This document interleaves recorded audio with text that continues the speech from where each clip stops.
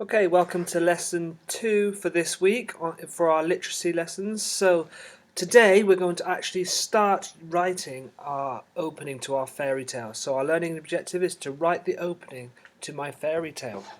So we're going to use our story maps that we wrote yesterday, that we created, and we're going to start putting it together. So to be successful today, you need to be able to answer these. I have used an engaging opening line.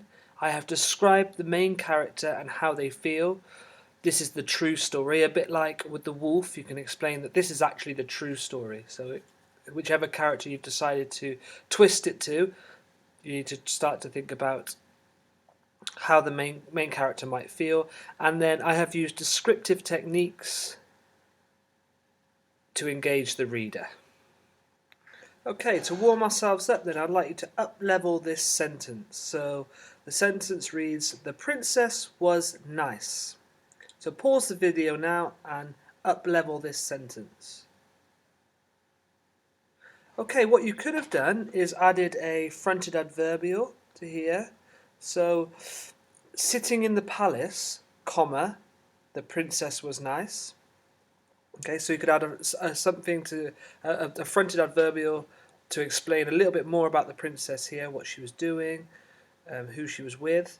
Okay, and you can up-level this word here, nice. Nice, I think, is it's not very ambitious, that word, so we can maybe think the princess was beautiful, warm, kind-hearted, and adventurous. Okay, so remember we can use that power of 3. Okay, and then you could also add a conjunction to the end. So the princess was nice because, and then you could explain something that she did. So there's 3 different ways that you can up-level a sentence. There's nothing wrong with this sentence, but I think in year 4 we should be writing much more creative sentences than that. Okay, that was a little warm-up for you. Hopefully you've got your brains on, and you've got your writing creatively, fingers and pens and pencils ready. Okay, so today we are writing the opening to our stories up to the problem. So I don't want you to go any further than that today, because I want you to take your time and do a really good job of all of your paragraphs. So you need to introduce the character, especially the character with the new point of view. So for my example, that I did yesterday, I need to introduce Gaston and tell you a little bit about him. Okay, and then at the end you need to introduce a problem. So it needs to be the same problem that is in the original story. So that's our job today. So I'm going to show you some of the things that we could include today. So the first thing is create an engaging opening line. And here's a short video to show you or some different options for creating an engaging opening line. Before we dive into some examples, let's talk about why the opening line of a story is important. If a reader starts reading a book but isn't immediately drawn into the story, they may lose interest and pick up something else instead. Because of this, the most important few lines of a piece of writing are the first ones. They can also be the hardest to write, as it's often difficult to decide the best place to start. Let's take a look at some examples of story openings and suggestions of ways to approach that first line. You could open by describing a character, particularly if there's something interesting about them. For example, Mr. Stink stank, he also stunk. This quirky bit of alliteration is also kind of fun. You could start by describing a setting, especially if there's something interesting about it, or something that makes the reader ask questions. There was once a gaggle of mountains, tall and proud, each with a hat of snow. You could also do both of these by describing a character and setting. Like in this line, 1,000 miles ago, in a country east of the jungle and south of the mountains, there lived a firework maker called Lulchand. The way this is phrased is also quite fun because it's kind of descriptive, making you imagine jungles and mountains, but also vague, which gives it a bit of a fantasy feel, like it's somewhere that's not quite real. You could also open with a piece of dialogue. This usually brings us right into a conversation and can help us get a feeling for the relationship between characters right from the beginning. For example, "Molly," Maria shouted to her sister, "would you please shut that window?" You can also start with an action or a statement that makes us curious. Let's look at this example. Jessie was always finding bones in the great bog oak field where they dug the peat for the winter fires. This is interesting because it raises questions, like why are there bones there, and who did they belong to? You can also start with a rhetorical question, like this line. Ever had the feeling your life's been flushed down the toilet? And finally, stories can begin with a statement. In fairy tales, witches always wear silly black hats and black cloaks, and they ride on broomsticks. This line is clear enough, but since the writer specified that that's what witches wear and ride in fairy tales, it makes us think that witches may look different in this world, and wonder how that is.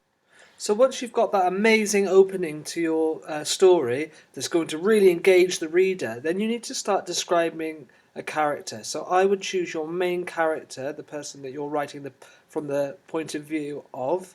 Okay, and I need to think about these questions. What do they look like? How do they act? Who are their friends?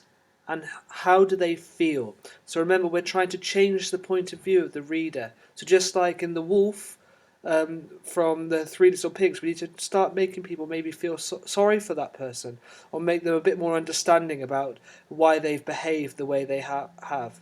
So you need to describe your character now, thinking about all those different ways. Maybe think about when we learned about Horrid Henry, all those different techniques that you picked up.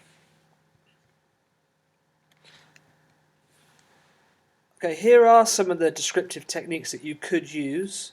So adjectives. Adjectives are brilliant, so you need to use ambitious vocabulary. It's not just nice or good, but maybe thinking about something a bit more ambitious. And you can use the internet to search up better words. I remember a thesaurus is really helpful to up-level some of your words. And you've got your expanded noun phrases. Okay, so you could start to think about how you could describe your characters, maybe using an expanded noun phrase. And then you've got the power of three. So I'll show you an example of that in my example later. And you could also use similes as well, because similes describe things very, very well as well. And you can explain it as or like something else. So your task then, we are writing the opening to our stories up to the problem. So I don't want you to go any further than that, because tomorrow we're going to be explaining our problem and some of the action. And you need to introduce the character, especially the character with the point of view.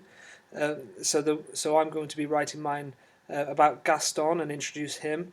And at the end, you need to introduce a problem. So here's my example. So the first thing I'm going to do is read out the whole example, and then afterwards I'm going to go back and show you some of the things that I've done. So, have you heard the real story of Beauty and the Beast? I am Gaston. All these years I have been made out to be a villain, evil, vain and selfish. Here and now I want to tell you the real truth. It all started long, long ago, when I had recently come back from war. Tired and lonely, I searched the village I called home to find Belle, the person I longed for all those years fighting a terrible war. In the village, I was treated like a hero. Everyone loved me, but all I wanted to do was impress Belle, the sweetest, most beautiful girl I have ever met. Belle was actually very rude to me, and maybe isn't as kind as you think. You won't believe the worry I had when I found out her father had gone missing. I was in a panic, but I had a doctor's appointment, so could not help her find him. You see, when I was being so brave in the war, I hurt my leg and back, so I needed to get it checked. The doctor said I must rest. When I found out that Belle had gone missing too, I could not believe my ears. I knew once again I must be a hero, as brave as a knight. So let's take it back now to the beginning. So let's see, what engaging opening did I use? So I used a rhetorical question. Have you ever heard the real story of Beauty and the Beast? And that's a really good way to show that actually the story of Beauty and the Beast has changed. Okay. And then here I've used evil, vain and selfish. So I've used my ambitious vocabulary, and I've used the power of three there to try and explain a little bit more about what Gaston used to be like, Then I've used fairy tale language, saying long, long ago, which is often what you hear in fairy tales. And I've used things like, instead of just fighting a war, I've used terrible war. Okay, I've also started to think about describing Belle as the sweetest, most beautiful girl, but also that maybe changing your mind about her, saying she's actually very rude to me and maybe isn't as kind as you think. So I'm starting to change the reader's opinion about what they thought they knew already. I've also used some fronted adverbials, so tired and lonely, comma, I searched the village I called home to find Belle. And I think that's so it's telling you how describing Gaston and how he was acting and feeling by saying tired and lonely.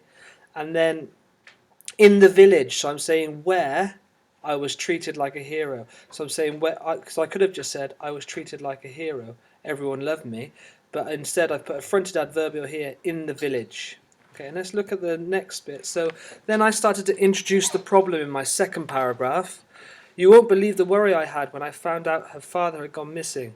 So I'm saying now, I'm starting to twist the story, saying that I was actually quite worried, but actually I had my doctor's appointment. So let's look at some of the techniques I've used. Right at the end, I've used a simile. Okay, and I've also tried to, and in here I've done a lot of explaining what has happened. So the father's gone missing, and then I found out that Belle had gone missing too. I could not believe my ears. So I'm making sure that I'm keeping true to the story. Okay, so your task then, guys, is have a go at writing your first paragraph, which is introducing the story, and then your second paragraph should be all about the problem that happens in your story, and keeping true to the fairy tale that you've chosen. So good luck with your learning today.